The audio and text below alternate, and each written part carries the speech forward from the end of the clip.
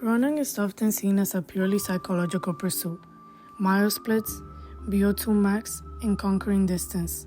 But what if the simple act of putting one foot in front of the other could be transformed into a test of endurance, into a tool for self-mastery and profound psychological change? We are often on autopilot, allowing our nervous systems to bounce around, responding automatically to our environment. In this project, I investigate the external evidence showing that the internal use of yoga breathing, known as pranayama, during running facilitates a change of consciousness, helping individuals achieve overall life fulfillment. We will also look beyond the physical results to explore how controlled breathing connects to physical exertion of running to the deepest psychological goals of yoga. To understand this connection, we must first define pranayama. Prana is the vital life force or energy that pervades all living things. In its essence, it is the substance of life, flowing through the body, mind, and environment. Pranayama itself combines prana, life force, with ayama, which is the extension or control. It is a practice designed to control and enhance the flow of this energy through breathing regulation techniques. Along with meditation, pranayama is integral to yoga. The traditional goal of yoga, and thus pranayama, is nothing less than the union of the ultimate reality, the Brahman.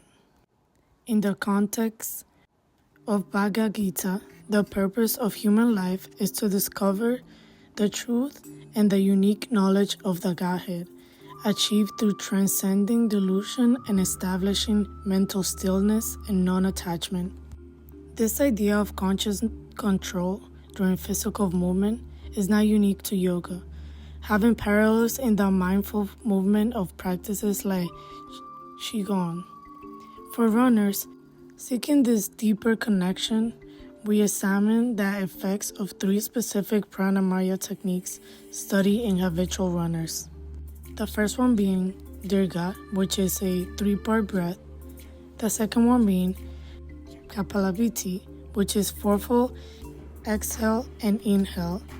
And Bhastrika, which is rapid, forceful, and equal inhale and exhale. Running, especially, is the absence of controlled breathing. Often causes rapid, shallow respiration, which sends a message to the brain signaling fight or flight, which can often lead to anxiety and increased heart rate during usual circumstances. However, the intentional control of breath can reverse this process. Slow, paced breathing, like Dirga, dramatically lowers the heart rate, shifting the body to the rest and digest or peace and realization state. This ability to override the body's automatic response, taking control over the nervous system, is fundamental for the meditative benefits of breath work. The physiological benefits of pranayama in runners are complex. For instance, swallow breathing during running alone does not strengthen respiratory muscles. However, deep breathing through the nostrils, as practiced in some pranayama, creates resistance training for the respiratory muscles. Studies indicate that pranayama practice improves respiratory function like forced viral capacity and forced respiratory flow volume in 1 second at rest, and this effect is often attributed to the enhanced strength and endurance of respiratory muscles and increased use of total lung space. While, let's say, 3 weeks of yoga breathing did not significantly improve runners' economy in habitual runners, the practice did have a significant perceptual benefit. The runners who participated in pranayama reported a decrease in perceived exertion for their legs, at high running intensity, which suggests that the activity of running felt easier after the intervention. This shift in perception is significant because it may contribute to a delayed onset of fatigue. The effects of the 3 specific breathing techniques show how breath can internally modulate the nervous system. Slow pranayama decreases the heart rate and blood pressure, and it also increases the parasympathetic activity, calming the mind. The fast pranayama, the high-frequency yoga breathing techniques, actively excite the sympathetic nervous system, and they increase the cardiorespiratory variables such as the heart rate, the RPP, and the DP. This is like coffee breathing effect, which is designed to crank up the body, useful before exercise or getting active. The ability to control breath provides a powerful psychological benefit. It keeps the runner grounded and creates a feeling of control, preventing the mind from believing that they can no longer continue during hard efforts. This state of control and lower perceived stress is crucial for facilitating transpersonal experience. Voluntary slow breathing specifically helps athletes maintain focus and concentration during training and competition, and it enhances the ability to regulate emotions and increase resilience to stress. So the next question to ask ourselves is, does the external data support the claim that pranayama in running facilitates transpersonal experience? And to that, I say yes. By emphasizing the shift from psychological constraints to perceptual mastery. The core limiting factor in running performance is highly trained athletes is typically cardiac output, not ventilatory.